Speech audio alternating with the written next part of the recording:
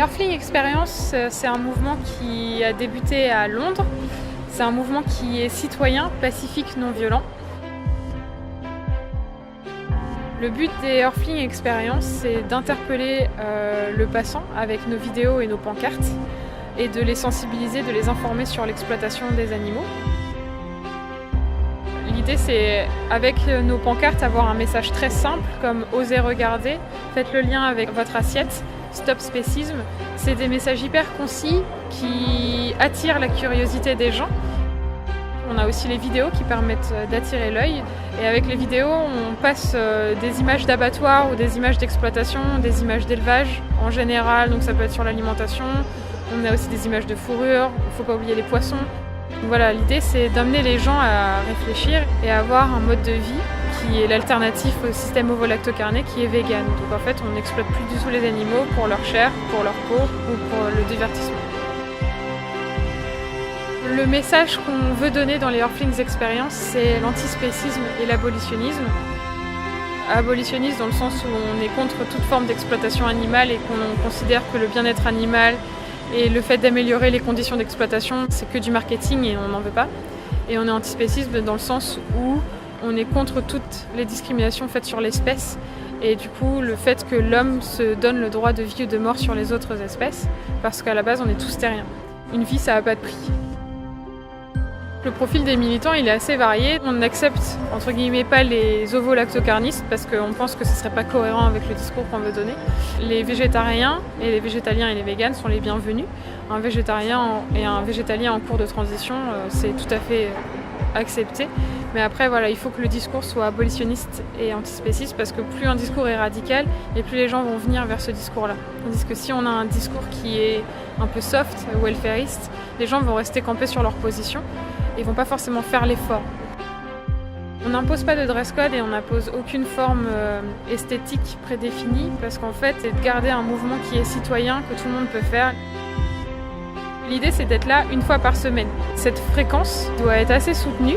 Les gens vont prendre l'habitude de vous voir dans la rue et vous allez devenir un point de référence. Et à chaque fois que les gens auront une question ou demanderont des renseignements, ils savent que vous êtes là. Ce qui est bien avec les Earthlings et la fréquentation de le faire une fois par semaine, c'est qu'on décontextualise la cause animale et la question animale et qu'on le met dans la rue, là où les gens s'y attendent le moins. Là, ils sont sur le chemin du retour pour aller à la maison ou ce genre de choses. Ils ne sont pas du tout dans un cadre qui a trait à la question animale. Donc si on le décontextualise et qu'on le met dans la rue, tout de suite ça attire l'attention et tout de suite ça pose le débat. On peut faire les Earthlings à partir de 2 personnes, il n'y a pas de nombre prédéfini vraiment. L'idée c'est d'avoir une pancarte et une vidéo. Une fois on était une quinzaine, on s'était mis en cercle pour avoir un impact aussi visuel et pouvoir toucher tous les gens qui pouvaient être dans la rue en fait. Il y a aussi le carré que vous pouvez faire, là vous pouvez être 4, un PC, une pancarte qui fait face à un côté et pareil de l'autre côté. Si vous avez un lieu qui s'y prête bien aussi, vous pouvez vous mettre en ligne et là c'est d'être assez nombreux pour que les gens qui commencent à un bout puissent s'arrêter à l'autre bout parce que vous avez titillé leur curiosité, qu'ils ont eu des questions en regardant vos panneaux, en regardant vos visuels. Nous à Tours, on a la particularité de mettre des visuels par terre avec des images et un petit message. Donc ça va être par exemple consommateur responsable ou le prix de votre lait. L'argumentaire qui a le plus d'impact, c'est de poser des questions aux gens. C'est pas du tout affirmer des vérités. Parce qu'en fait, si vous arrivez à le mettre face à ces paradoxes, ça aura beaucoup plus d'impact chez lui, plutôt que si vous arrivez et vous déballez votre vérité. À Tours, on a écrit un guide des Earthling Experience. C'est un guide qui récapitule tous les arguments qu'on a entendus depuis 1 an et demi dans la rue. On a mis par exemple le cri de la carotte et on a mis comment on peut répondre au cri de la carotte quand on est militant. Dans le guide aussi, vous avez toutes les informations nécessaires sur l'élevage d'un point de vue santé animale et écologie. Quand on voit que la personne elle est assez intéressée, on lui donne un petit tract sur lequel on récapitule en fait des vidéos. Donc vous avez des exemples de films, par exemple Earthlings, où vous avez le jugement, par exemple, vous avez ce genre de films qui sont hyper courts. Vous avez aussi des guides de comment adapter son alimentation. Vous avez le Vegan Kit ou le Vegan Pratique, par exemple. Et vous avez des définitions comme antispécisme. Pour toucher un maximum de personnes, à Tours, on est souvent présent sur des événements qui sont de grandeur nationale et où ça mobilise quand même pas mal de monde dans les rues. Par exemple, la fête de la musique ou le 14 juillet.